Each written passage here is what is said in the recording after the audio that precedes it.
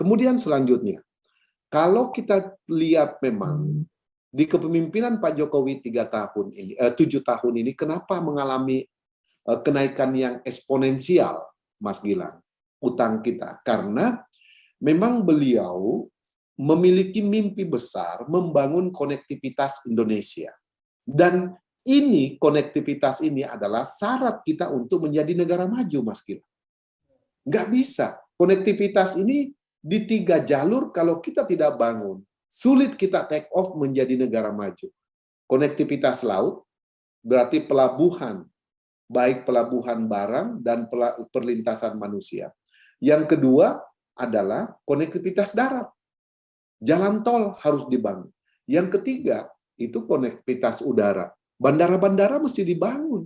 Bukan hanya di ibu kota provinsi, tetapi di berbagai daerah, sehingga bisa menjadi pusat pertumbuhan ekonomi baru. Dan itu bagian daripada upaya mendorong redistribusi pembangunan nasional.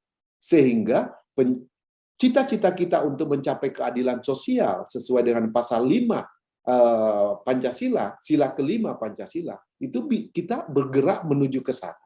Nah, inilah pentingnya kita memberikan edukasi ke masyarakat. Nah, Pak Jokowi komitmen 7 tahun ini untuk bisa membangun 3 jalur konektivitas tersebut. Apa dampaknya buat masyarakat kecil? Ada. Yang tanahnya tadinya tidak punya nilai, dengan dibangun jalan tol, menjadi harganya naik. Apa dampaknya bagi pelaku usaha home industry yang tadinya biaya naik mobilnya, naik angkotnya, dan seterusnya, dari lokasi industri rumah tangga ke pasar, itu perlu biaya 15.000 dan jarak tempuh 1 jam. Sekarang bisa dengan harga yang sama, tetapi jarak tempuhnya bisa 30 menit. Jadi ada efisiensi. Nah, inilah yang harus dibangun. Konektivitas sehingga bisa meningkatkan efisiensi. Kalau efisiensi meningkat, konektivitas sudah terjadi, efisiensi meningkat, maka daya saing, ya Prof. Anton, daya saing kita akan meningkat.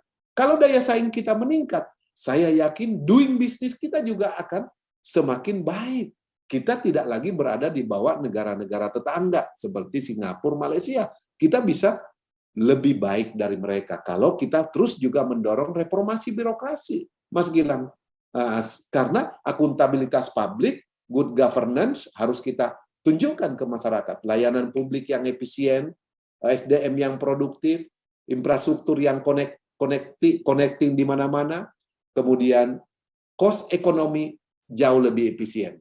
Nah, itulah kira-kira kenapa kita mesti terus mengedukasi masyarakat tentang peningkatan eksponensial utang-utang pemerintah di zaman Jokowi, Presiden Jokowi, dibandingkan di zaman Presiden SBY dan di zaman Pak Harto. Begitu, Mas Gilang. Baik, artinya ini tetap di on the right track ya, Pak ya? On the right track, dan kita harus dorong yang Prof. Anton bagus sekali sebetulnya. Ya, memang kita setuju perluasan wajib pajak. Tetapi kalau terus perluasan wajib pajak tanpa pergerakan ekonomi di sektor real, itu juga kewalahan, Mas Anton, Prof. Anton. Jadi kita mesti gerakkan ekonomi sekaligus edukasi masyarakat untuk menjadi wajib pajak, kemudian penerimaan negara bisa naik. Karena fundamentalnya adalah pergerakan ekonomi. Kalau pergerakan ekonomi udah normal, udah baik, udah jalan, maka otomatis kita mudah mengajak masyarakat membayar pajak. Penerimaan negara akan meningkat. Kalau penerimaan meningkat, maka pembangunan nasional, defisit APBN kita menurun, maka utang kita akan jauh lebih bisa terkendali. Nah, struktur utang harus kita dorong terus supaya SBN-nya dijual dalam negeri. Kenapa? Ada buktinya kok. Dalam 5 tahun ini, investor di pasar modal, Mas Gilang, dari 2 juta naik jadi 8 juta. Investor di pasar modal, Mas Gilang. Nah, itu artinya, dan itu investor kenaikan itu didominasi oleh kaum muda. Generasi-generasi baru yang main di investasi di pasar modal. Ini kalau diberikan tawaran yang menarik dari SBN pemerintah, saya yakin dan percaya, mereka juga mau spend money untuk membeli SBN. Bukan untuk Konglo yang Prof. Anton, saya setuju.